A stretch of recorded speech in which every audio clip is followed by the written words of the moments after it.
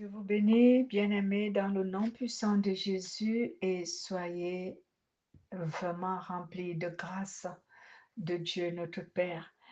Nous allons ce soir étudier la parole qui vient du livre de Jean chapitre 15 à partir du verset 1 jusqu'au verset 11. Et notre thème est intitulé La relation du chrétien avec le Christ. La relation du chrétien avec le Christ. On y va, Jean chapitre 15 à partir du verset 1 jusqu'au verset 11. On peut lire, bien-aimé. Je suis le vrai cep et mon Père est le vigneron. Tout sarment qui est en moi et qui ne porte pas de fruit, il le retranche. Et tout sarment qui porte du fruit, il l'émonde afin qu'il porte encore plus de fruits. Amen. Déjà, vous êtes purs à cause de la parole que je vous ai annoncée. Demeurez en moi et je demeurerai en vous. Amen. Comme le sarment ne peut de lui-même porter du fruit, s'il ne demeure attaché au cep, ainsi vous ne le pouvez non plus. Si vous ne demeurez en moi, je suis le cep, vous êtes les sarments. Celui qui demeure en moi et en qui je demeure porte beaucoup de fruits. Car sans moi, vous ne pouvez rien faire. Amen. Si quelqu'un ne demeure pas en moi, il est jeté dehors, comme le sarment, et il sèche, puis on ramasse les sarments, on les jette au feu, et ils brûlent. Amen. Si vous demeurez en moi et que mes paroles demeurent en vous, demandez ce que vous voudrez et cela vous sera accordé. Si vous portez beaucoup de fruits, c'est ainsi que mon Père sera glorifié. Alléluia. Et que vous serez mes disciples. Comme le Père m'a aimé, je vous ai aussi aimé. Demeurez dans mon amour. Si vous gardez mes commandements, vous demeurerez dans mon amour. De même que j'ai gardé les commandements de mon Père et que je demeure dans son amour. Je vous dis ces choses afin que ma joie soit en vous et que votre joie soit parfaite. Amen. Amen. Je vous ai dit cela pour que vous ayez ma joie et que votre joie soit complète. Merci Seigneur Jésus. Bien-aimé, la relation entre le chrétien et le Christ, avec son Dieu, avec le Christ. Jésus-Christ nous enseigne à travers ce message qu'il est la vraie source qui donne la vie, la vraie source où l'être humain peut trouver la vraie vie. Et c'est cette vraie vie qu'il invite chacun de nous à rechercher auprès de lui. D'où celui qui croit en lui entre en relation avec lui. Et en entrant en relation avec lui, c'est comme nous avons appris dans Jean chapitre 14, l'Esprit de Jésus vient en toi. Bien-aimé,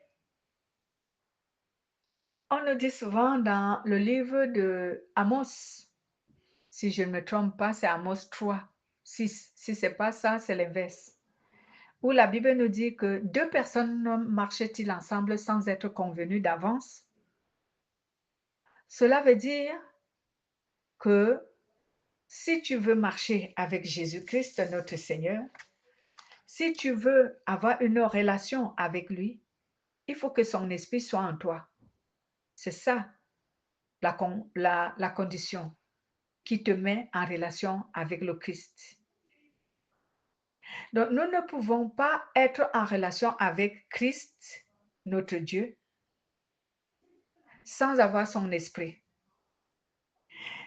Je fais souvent l'enseignement de manière profonde pour essayer de faire comprendre aux chrétiens que arrêtons de nous donner des raisons séduisantes qui empêchent qu'on sache que soit que nous sommes loin du Seigneur. Excusez-moi un peu, s'il vous plaît. Donc,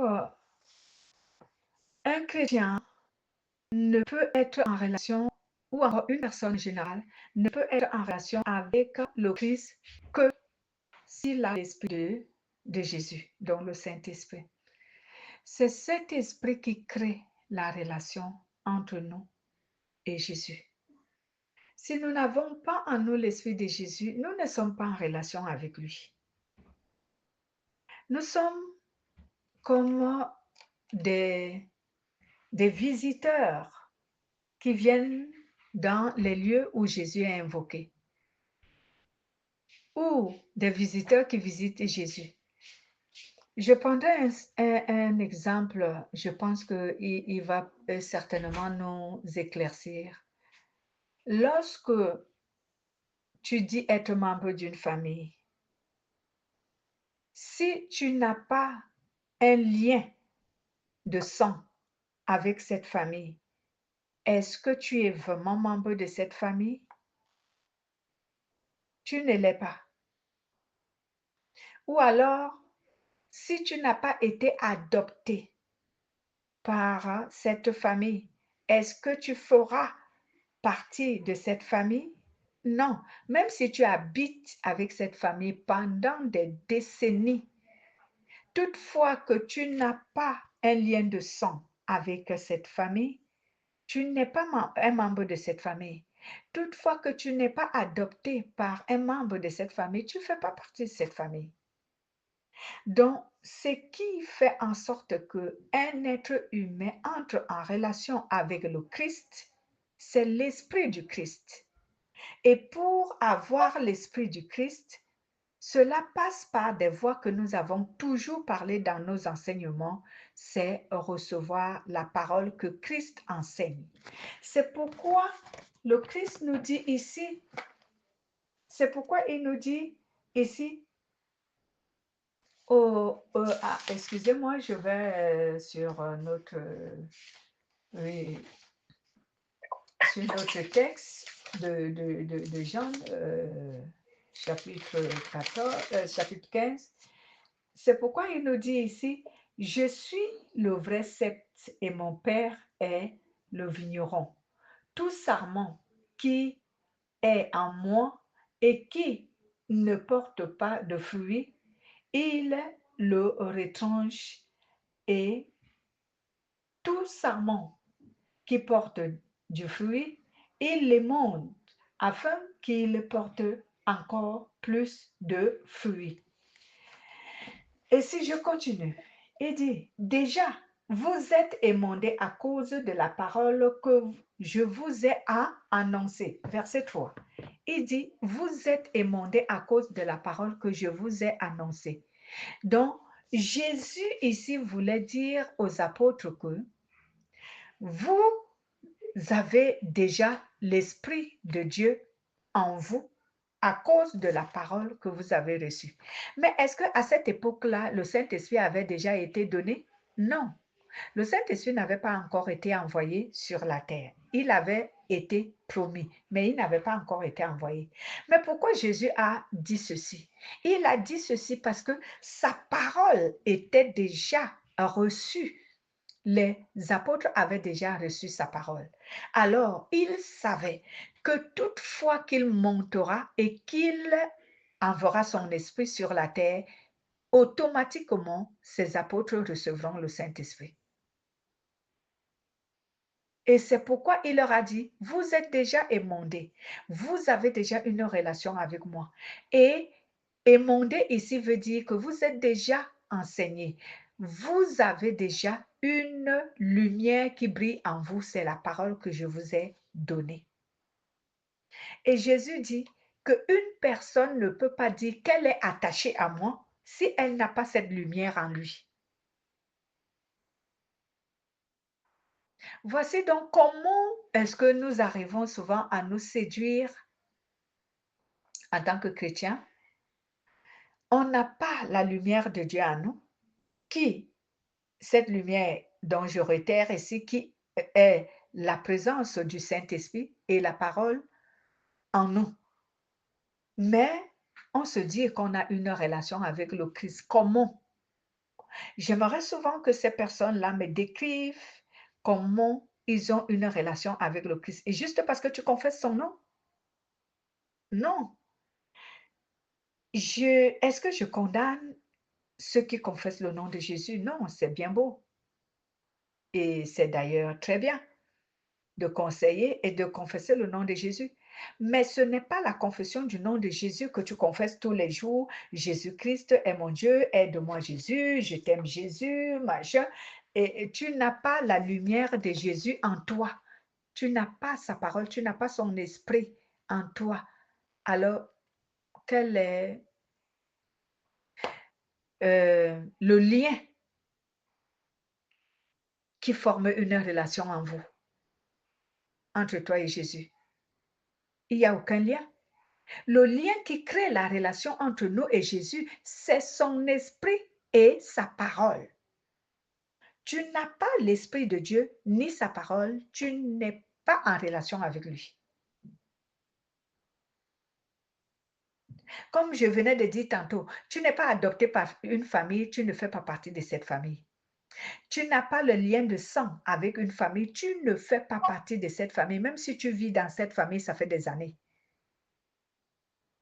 Tu n'es pas membre de cette famille. Il faut bien que, en tant que chrétien, nous nous revenons à la source de ce que Dieu nous recommande pour espérer être avec lui pour toujours.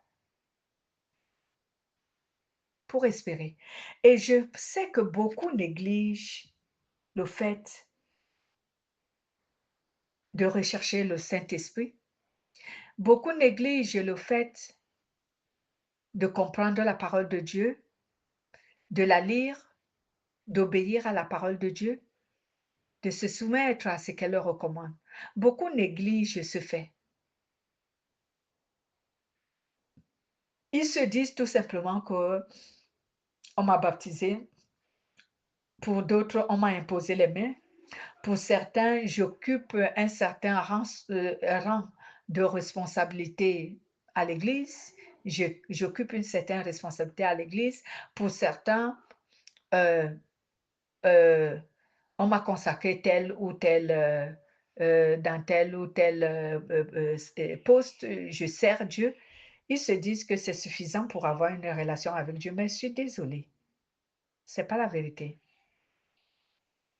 Avoir une relation avec Dieu commence d'abord par cette base. Il faut que tu aies un lien entre toi et Jésus. Et le lien qui t'unit à Jésus et qui crée une relation entre toi et lui, c'est son esprit et sa parole. Tu n'as pas son esprit, tu n'as pas sa parole, même si tu sers Jésus, je ne sais avec quelle force et avec quelle intelligence, tu n'es pas en relation avec lui.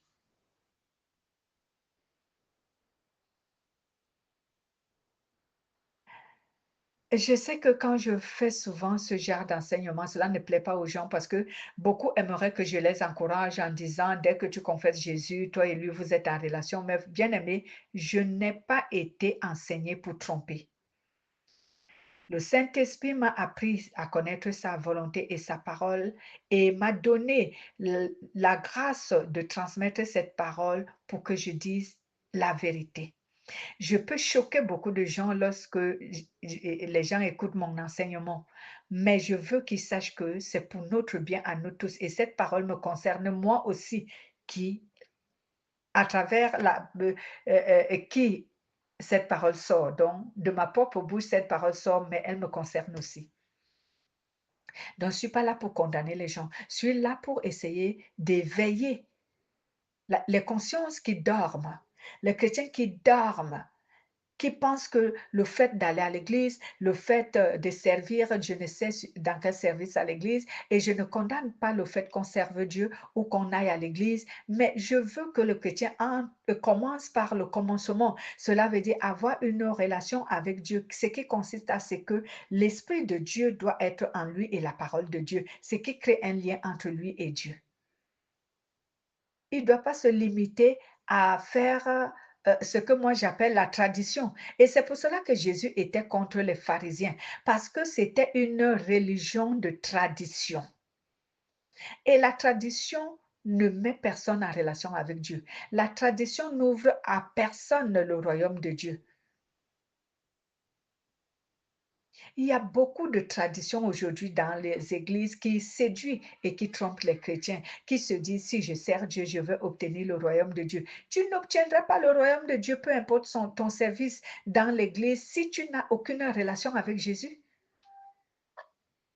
Si la parole de Jésus n'est pas en toi et que son esprit n'est pas en toi, peu importe comment tu le sers, et je continue à dire, je ne sais avec quel pouvoir et avec quelle intelligence, parce que pour servir le Dieu Tout-Puissant, Jésus-Christ notre Seigneur, il faut que tu sois guidé par son esprit et par sa parole qui est une sagesse, qui nous guide comment Dieu veut que nous le servions. Donc, si tu n'as donc pas l'Esprit de Dieu, ni sa parole, comment peux-tu prétendre avoir une relation avec lui? Tu n'as aucune relation avec lui. Ah, Seigneur, fais-nous grâce. C'est pour cela que Jésus dit ici, si je continue à lire certains versets qui nous confirment ce que je venais de dire. Je me suis arrêtée au verset 3, je lis le verset 4 à 5 qui nous dit « Restez attachés à moi ». Voilà. Restez attachés à moi. Comme moi, je reste attaché à vous. Une branche ne peut pas donner de fruits toute seule. Elle doit rester sur la vigne. De la même façon, vous ne pouvez pas donner du fruit si vous ne restez pas attaché à moi. Je suis la vigne. Vous êtes les branches. Si quelqu'un reste attaché à moi comme moi je suis attaché à lui, il donnera beaucoup de fruits. En effet, sans moi, vous ne pouvez rien faire. Là encore, je vais rebondir sur ce sujet qu'on appelle l'obéissance. Un chrétien qui n'a pas de relation avec Jésus ne va pas pouvoir faire la volonté de Jésus. Qui te motive, qui te guide, qui t'enseigne à faire la volonté de Jésus? Tu n'as pas son esprit, tu n'as pas sa parole. Comment d'ailleurs connais-tu sa volonté si tu n'as pas sa parole, si tu n'as pas son esprit?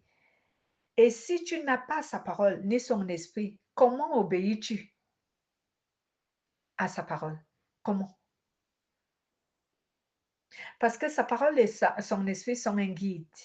C'est eux qui te montrent et qui te guident sur la direction de Dieu, sur la voie de Dieu, sur la volonté de Dieu. Mais tu n'as ni sa parole, ni son esprit. À qui tu obéis? Au pasteur, mais pas à Dieu. Tu obéis à la tradition, à la doctrine. Je reviens sur les pharisiens. Quand Jésus disait, malheur à vous, pharisiens hypocrites.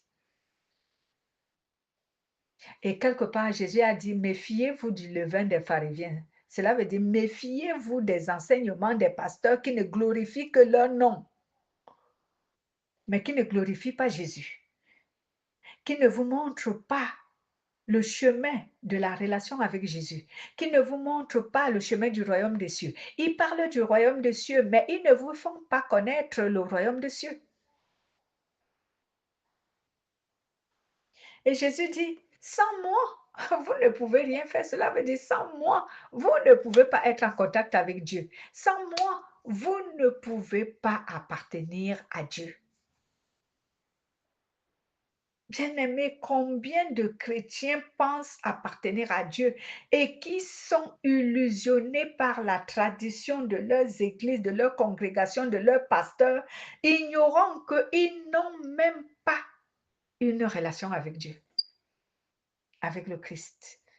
Ils sont ignorants. Je ne sais pas comment on les fait comprendre ces paroles où Jésus dit, je suis le chemin, la vérité et la vie. Nul n'arrivera au Père que par moi. Jean 14, 6. Et là où Jésus leur dit ici dans Jean 15, 5, il dit, sans moi, vous ne pouvez rien faire. Donc vous ne pouvez même pas obéir. Chose donc qui peut étonner certains chrétiens aujourd'hui qui ne peuvent pas obéir à Dieu. Pourquoi? Parce qu'ils n'ont pas son esprit, ils n'ont pas sa parole. Paul nous a dit dans, oui, dans Philippiens, il nous a dit chez Philippiens chapitre 2 au verset 13, si je ne me trompe pas, il dit, c'est moi, c'est Dieu qui donne le vouloir et le faire. Donc, c'est Dieu qui aide les humains à lui obéir. C'est Dieu qui aide les êtres humains à faire sa volonté. Donc, tu n'as pas l'Esprit de Dieu, tu n'as pas la parole de Dieu qui est ton aide pour t'aider à obéir à Dieu. Tu crois que tu peux obéir à Dieu avec ta propre force, ta propre sagesse, ta propre intelligence? Non, ça ne peut pas marcher. Ça ne peut pas marcher. Philippiens, si nous allons à Philippiens, si vous trouvez, faites la lecture, bien-aimés. Philippiens, chapitre 2, au verset 13, je pense. Car c'est Dieu qui produit en vous le vouloir et le faire selon son bon plaisir. C'est Dieu qui produit en vous le vouloir et le faire selon son bon plaisir. Donc, nous ne pouvons pas pouvoir ni savoir obéir à Dieu si nous n'avons ni sa parole ni son esprit. On ne saura pas l'obéir. Comment on fera? Puisque c'est son esprit et sa parole qui nous définissent la volonté de Dieu, qui nous enseignent la volonté de Dieu. Et même qui émettent en nous la puissance qui nous permet de faire cette volonté. Et maintenant, si nous n'avons pas cette puissance, cette parole, ce Saint-Esprit, comment on va pouvoir connaître ce qu'il faut faire pour obéir à Dieu et qui va nous aider à lui obéir? On ne peut pas. Voici donc pourquoi vous voyez beaucoup de chrétiens n'arrivent pas à obéir à Dieu. Quelquefois, ce n'est pas parce qu'ils sont tellement faibles, mais c'est parce qu'ils n'ont pas de guide. Ils n'ont pas la parole de Dieu qui est un guide. Ils n'ont pas le Saint-Esprit qui est une puissance qui les aide. Ils n'ont pas. Ils font tout par, comment dire, par la chair. Et la chair ne peut pas être agréable à Dieu. La Bible le dit à travers Romains. Romains chapitre 8. La chair ne peut pas obéir à Dieu. Si nous allons au Romains, la chair a une incapacité d'obéir à Dieu. Celui qui vit par la chair ne peut pas obéir à Dieu. Parce que la chair a cette incapacité d'obéir à Dieu. Vous pouvez lire à partir du verset 5 jusqu'au verset 9 pour ne pas avoir trop de lecture à faire. Quel chapitre? 8.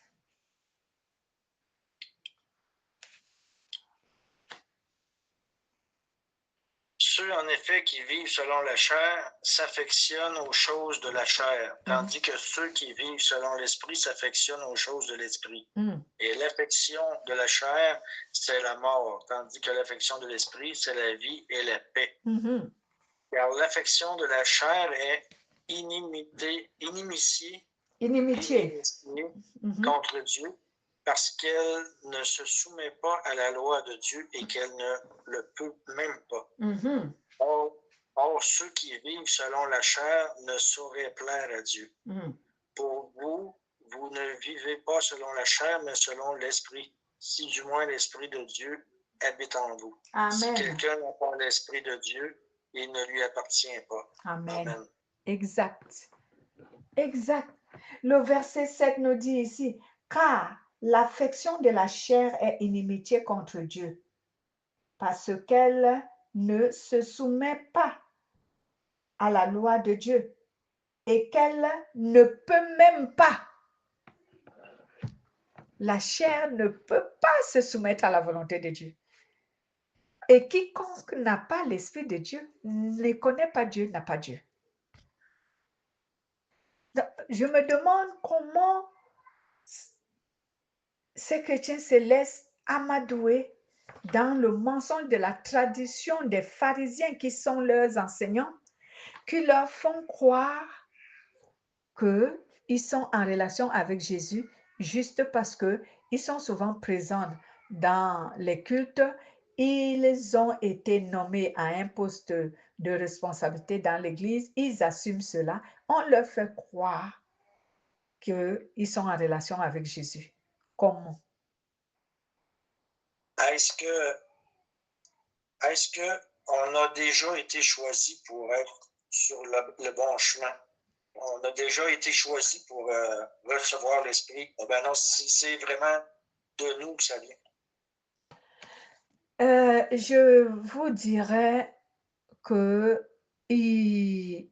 la réponse que je vais vous donner peut peut-être ne pas vous satisfaire. Il y a les prédispositions des gens qui acceptent l'Esprit de Dieu et qui veulent l'avoir. Mais être choisi, comme quelquefois la Bible nous dit que nous avons été choisis depuis le commencement, je ne peux pas le définir parce que ça, c'est Dieu qui le sait. Mais ce que je sais, c'est que Dieu donne la chance à chaque être humain de recevoir le Saint-Esprit. C'est pour ça qu'il l'a envoyé. Il donne la chance à chaque être humain, mais beaucoup ne sont pas disposés à le recevoir. Pourquoi? Parce que leurs cœurs ont été aveuglés, fermés et endurcis. Ils confessent des lèvres le Seigneur, mais leurs cœurs ne reçoivent pas le Seigneur. Il est facile de confesser de bouche, mais laisser son cœur pour que le Seigneur y entre, c'est difficile.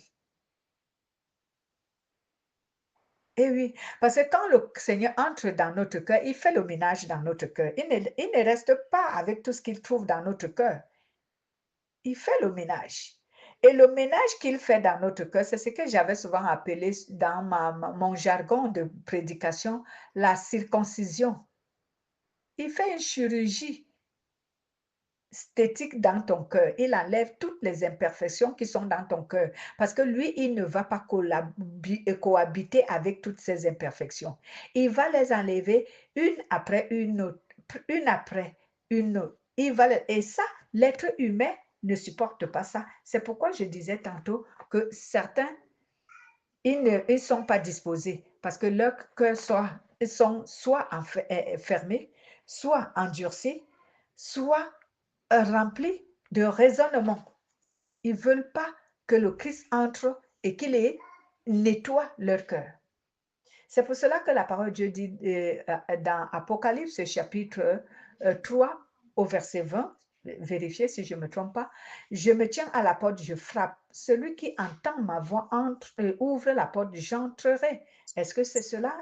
Vérifiez. Donc, voici donc pourquoi beaucoup de personnes n'acceptent pas de laisser le Christ entrer dans leur cœur. Pourquoi? Parce qu'ils ont les raisonnements, ils ont l'endurcissement, les justifications, tout ce qui empêche Dieu de pénétrer quelque part. C'est ça. Ce qui empêche Dieu de pénétrer dans certains cœurs ou dans certaines maisons, si je peux dire ça, ce sont les cœurs de ceux qui habitent la maison, c'est le cœur de celui qui se présente à Dieu. Dieu, lui, il a donné la grâce à tout être humain de le laisser entrer dans sa maison, c'est-à-dire dans son cœur, dans sa vie. Mais d'autres n'ont pas la bonne disposition de laisser Dieu entrer.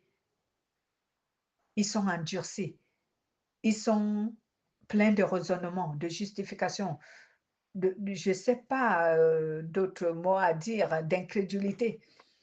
Ils ne veulent pas.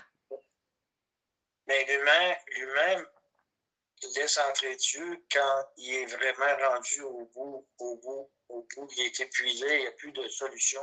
sauf le dernier cri. Oui, mais c'est pour cela que Dieu, quelquefois, lorsque tu as tellement de grâce, je ne sais pas quelle dimension de grâce une telle personne peut avoir, mais il y a certains qui ont une très grande dose de grâce qui consiste à ce que lorsque Dieu veut vraiment que tu te tournes vers lui, il déploie les moyens forts pour t'amener.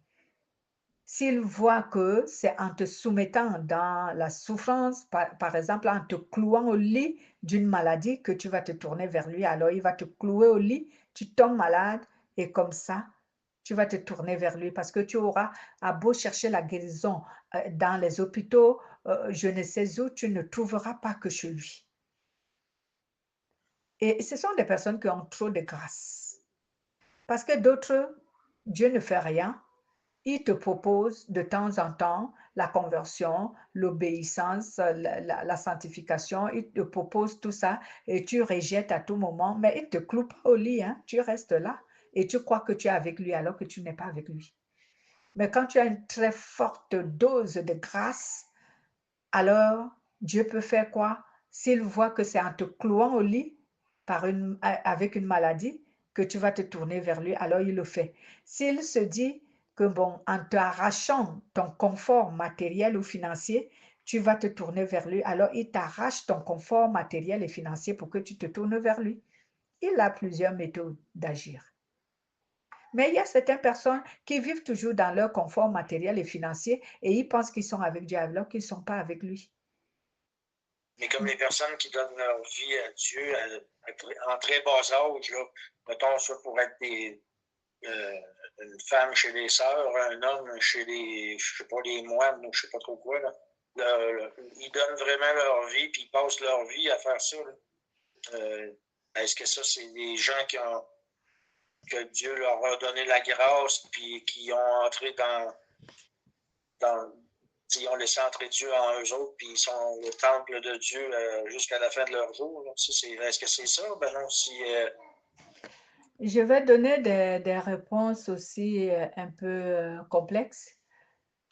Il y a des gens qui, depuis leur enfance, pour eux, ils se sont consacrés à Dieu. D'autres sont sincères, d'autres ne sont pas sincères. Maintenant, je dirais, ceux qui sont sincères, c'est une grâce particulière que depuis ton enfance, tu es converti en Jésus-Christ et tu es demeuré dans cette conversion jusqu'à aujourd'hui. C'est une grâce. Mais d'autres, ils ont été désorientés.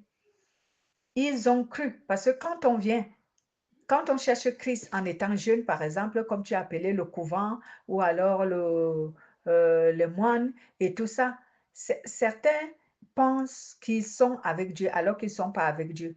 Ta congrégation où tu es devenu moine, est-ce qu'ils adorent le Christ ou ils adorent un autre esprit? Ton couvent où tu es entré, est-ce que c'est le Christ qu'on adore ou on adore l'ennemi? Donc, si tu es entré dans une congrégation pour devenir moine ou sœur et qu'il s'avérait que cette congrégation n'appartient pas à Dieu, alors toi, tu ne sers pas Dieu? Tu ne sers pas Dieu? Mais ceux qui se sont convertis depuis leur jeune âge, parce qu'il y a des personnes comme ça, et qu'on a présenté le vrai Christ et qui sont demeurés dans ce vrai Christ jusqu'à aujourd'hui, c'est leur grâce. C'est leur grâce. Et elle n'est pas différente de Marie dont Dieu a choisi pour porter Jésus comme enfant dans son ventre. Elles ont la même grâce.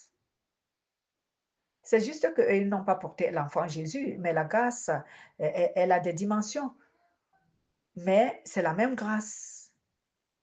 Si tu es converti depuis ton enfance et que jusqu'à aujourd'hui tu demeures en Christ, je parle du vrai Christ, c'est une grâce excellente. C'est une grande dose de grâce que Dieu t'a accordée. Et je peux aussi mettre au même niveau celui que Dieu a cloué au lit pour qu'il croie en Jésus. Toi aussi, tu as la même grâce. Et tu as beaucoup de grâce d'ailleurs, parce qu'il y a beaucoup de personnes ici sur la terre que Dieu n'a pas cloué au lit pour qu'ils se convertissent. Mais toi, il l'a fait. C'est aussi une grâce. C'est aussi une grâce. Il y a les gens ici dont Dieu n'a pas retiré leur confort matériel et financier pour qu'ils se tournent vers lui. Il y a des gens ici dont Dieu n'a pas laissé qu'ils vivent des difficultés de tout genre pour se tourner vers lui. Mais si toi, Dieu l'a fait, c'est une grâce. C'est pourquoi je dis souvent que moi, j'ai une forte dose de grâce. Parce que est-ce que j'ai connu Dieu avant pour qu'il le fasse? Non. Mais il a utilisé ces moyens-là pour m'amener à lui. Donc j'ai la Est-ce que, grâce. est-ce que ça dépend aussi de la prière que tu demandes? Oh oui, certainement. C'est pourquoi je dis que il y a des cœurs qui sont prédisposés à, à accepter Dieu et d'autres cœurs ne sont pas prédisposés. Et dans cette prédisposition, il n'y a que Dieu qui sait comment ça se fait. Franchement, il n'y a que lui. Sauf s'il m'explique comme il a l'habitude de me faire la grâce de m'expliquer des choses en tant que, dans notre intimité, enfant et père. Mais c'est Dieu qui connaît comment cette prédisposition se déroule dans les cœurs et dans les vies des êtres humains. C'est lui qui sait. Parce Je que je moi, peux pas vraiment définir ça pour mieux faire comprendre les gens.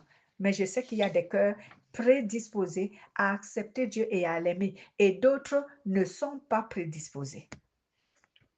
non, moi, je mettais ça comme ça par rapport à la prière, parce que je donne comme exemple, si, admettons, j'ai demandé à avoir à Dieu de mettre juste des bonnes personnes sur ma route parce que je me relève de peine et misère d'une grande situation. Hein. Puis là, je demande à Dieu cette prière-là, là, tu sais, mets juste des bonnes personnes sur ma route. Puis à partir de là, on dirait que presque la majorité des personnes se tassent, tu sais, de sur ta route. Mais est-ce que quand on veut appartenir à Dieu, est-ce que si notre prière, on la fait dans ce style-là, ben ça peut éliminer des choses autour de nous. Ça dépend du genre de prière qu'on adresse à Dieu. Des fois, on ne lui donnera pas le choix d'enlever ça ou de retirer ça parce que la prière qu'on a faite, c'est ça.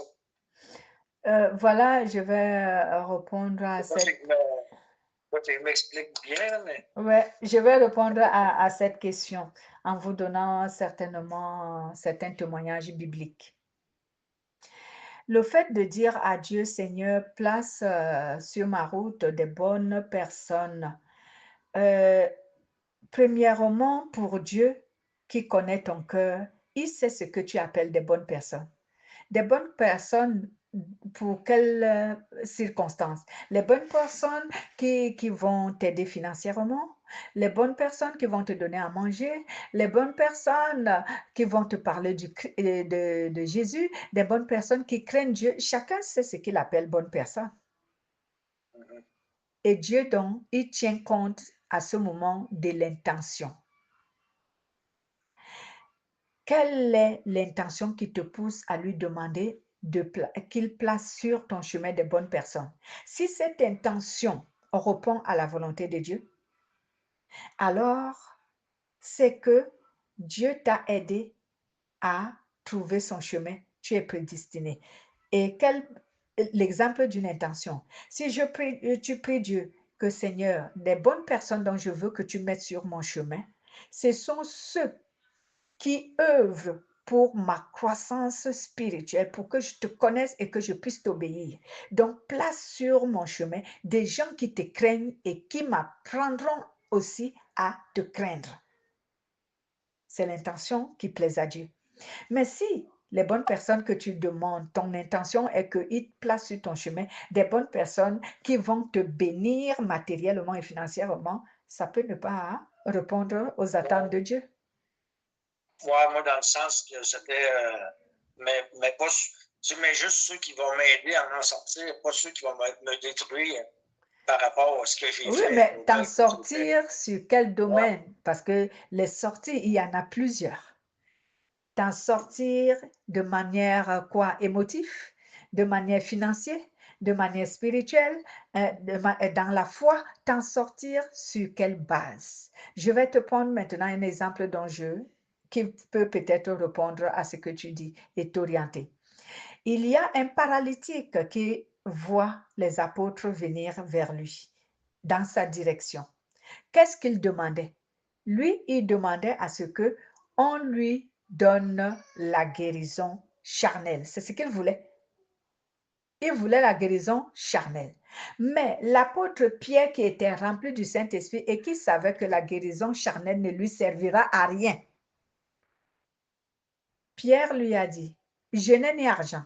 Parce que ce monsieur avait demandé quoi? La guérison charnelle, qui voulait dire quoi? Il voulait l'argent pour aller acheter son pain. Et Pierre lui a dit, je n'ai ni argent ni or, mais ce que j'ai, c'est Jésus-Christ. Je te le donne au nom de Jésus, lève-toi et marche. Donc, tu vois un peu la contradiction de la demande de cette personne et ce que Jésus lui a donné, de ce que Pierre a ordonné qu'il obtienne. Pierre lui a donné toute la vie pour qu'il obtienne de lui-même le pain, au lieu qu'il lui donne le pain qui devait finir en quelques heures après qu'il l'ait mangé. Donc, cette personne a eu la grâce parce que Dieu a regardé son cœur. Dieu a vu qu'il était malheureux et que quand il demandait, il ne connaissait pas le Christ pour demander la source de vie qui pouvait lui donner du pain, qui pouvait multiplier le pain dans sa vie. Lui, il voulait tout simplement le pain. Donc Dieu a vu dans son intention l'ignorance. Dieu a vu dans son intention la souffrance qui le poussait à demander cela. Et Dieu lui a donné le pain de vie, ce qui ne finit pas. Alors que Dieu, dans son jugement, il peut regarder une personne qui fait la même demande et ne pas lui donner le pain de vie et le laisser comme ça, juste parce que Dieu a vu l'intention de son cœur. C'est pourquoi des demandes que nous adressons à Dieu, Dieu répond à ces demandes quelquefois en regardant l'intention de nos cœurs, donc la disposition de nos cœurs. C'est très important. C'est le secret que je donne souvent aux chrétiens, ceux qui sont avec moi. Je leur dis, vous voulez être bénis? Vous voulez la présence de Dieu permanente dans votre vie? Vous voulez la source de bénédiction au nom d'une bénédiction, au lieu d'une seule bénédiction? Alors, disposez votre cœur que quand vous demandez quelque chose à Dieu, il doit voir l'intention qu'il approuve et non celle qu'il n'approuve pas. Parce que si Dieu voit dans ton cœur l'intention qu'il n'approuve pas, il n'exauce pas ta prière, même si elle est bien faite. Oui, puis à travers ça aussi, à travers les demandes, ou les promesses que tu fais à Dieu, si tu me donnes ça, je vais faire ça. Mais là, il va regarder probablement l'honnêteté que tu as, puis vas-tu respecter ce que tu dis? Ben non pas. Là, c'est une autre question et c'est un autre domaine. Dieu dit que si tu veux l'éprouver, si tu essaies de lui mentir, lui, il va te mettre à l'épreuve. Dieu donne aux êtres humains qui lui promettent les choses. Il leur donne pour les mettre à l'épreuve. Tu dis à Dieu, beaucoup de gens ont fait ces prières-là.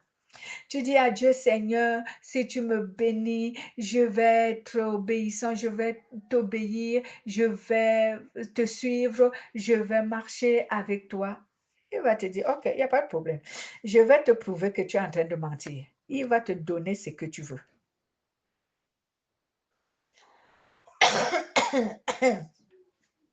Et plus tard, autant pour moi, si tu n'étais pas sincère dans ta décision, dans ta demande, dans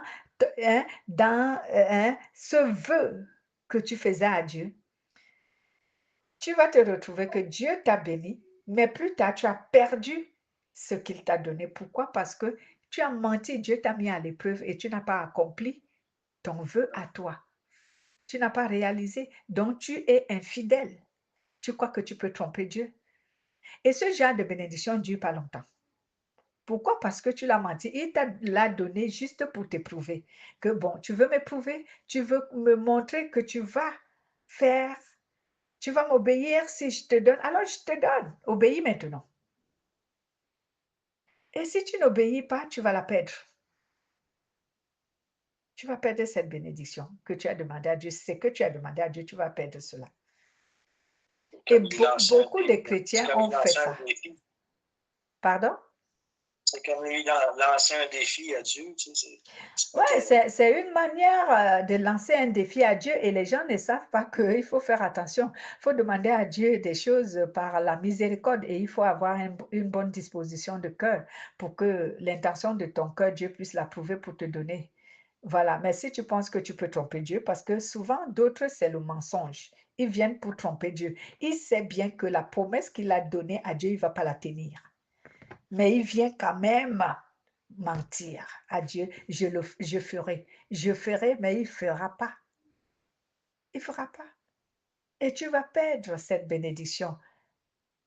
Ouais, et tu vas l'obtenir pendant quelque temps. Après, elle va te sortir entre les mains parce que tu n'as pas tenu à ta promesse. Oui, beaucoup de gens ont demandé, hein, comme pendant l'exemple de notre frère, il a dit à Dieu, je veux que tu me donnes une femme de Dieu, une femme qui prie Dieu. Il n'a plus su garder ce qu'il a demandé à Dieu. Je vais te suivre si tu me donnes une telle femme. Finalement, il n'a pas su garder. Il a perdu ce qu'il a demandé à Dieu. Vous voyez, c'est comme ça. Les gens font des demandes qu'ils oublient. Et ils font des contrats avec Dieu qu'ils oublient par après. Ils pensent, dès que Dieu leur donne, ils pensent que c'est un acquis. Ils oublient la convention, hein, qu'ils ont fait avec Dieu. Dieu lui, et voilà, il attend que tu réalises ce que tu lui as dit. Finalement, tu ne fais plus rien. Et après, cette bénédiction t'échappe. Et tu vas le réaliser. Si tu es intelligent, tu vas le réaliser plus tard. Si tu ne l'es pas, tu ne réaliseras même pas. Peut-être c'est au jour du jugement que Dieu va te dire que tu crois que je t'avais abandonné. Tu m'avais promis ceci lorsque je te donnerai ça et je t'ai donné ce que tu m'as demandé, mais toi, tu n'as pas tenu à ta promesse.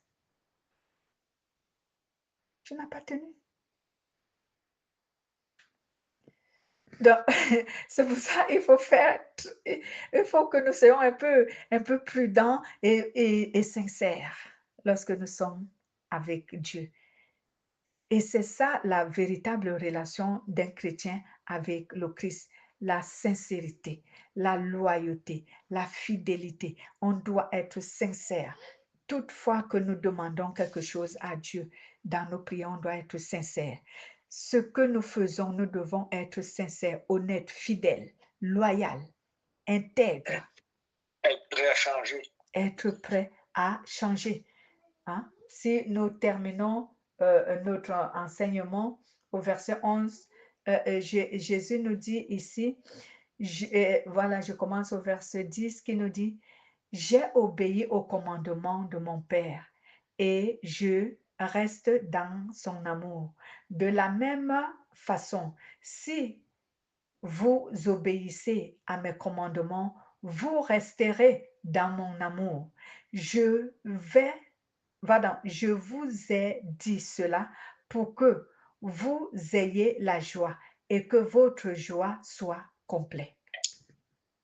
Donc, si nous disons, nous voulons être en relation sincère avec le Christ, nous devons avoir son esprit, sa parole.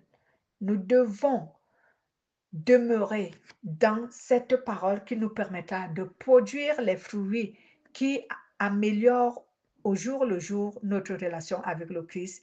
Et ces fruits que nous allons produire, c'est la sainteté, la pureté, la justice, la droiture, la fidélité, la soumission, l'obéissance, la loyauté, l'intégrité. C'est tout cela qui entretient notre relation avec le Christ et qui permet que cette relation demeure. Donc, j'ai enseigné ici deux choses importantes. comment entrer en relation avec le Christ et comment maintenir cette relation avec le Christ. Entrer en relation avec le Christ, il faut que tu obtiennes son esprit et sa parole. C'est le lien qui te met en relation avec le Christ. Maintenant, l'obéissance, la sainteté, la loyauté, hein, la fidélité, l'honnêteté et tout sont des fruits qui entretiennent ta relation avec le Christ. Et si tu demeures de cette manière avec le Christ, tu seras toujours attaché au Christ et rien ne te séparera du Christ et Christ accomplira dans ta vie des choses merveilleuses. Voilà notre enseignement. Amen. Amen. Il y a d'autres questions? Non, c'est quand même assez complet, hein? Amen.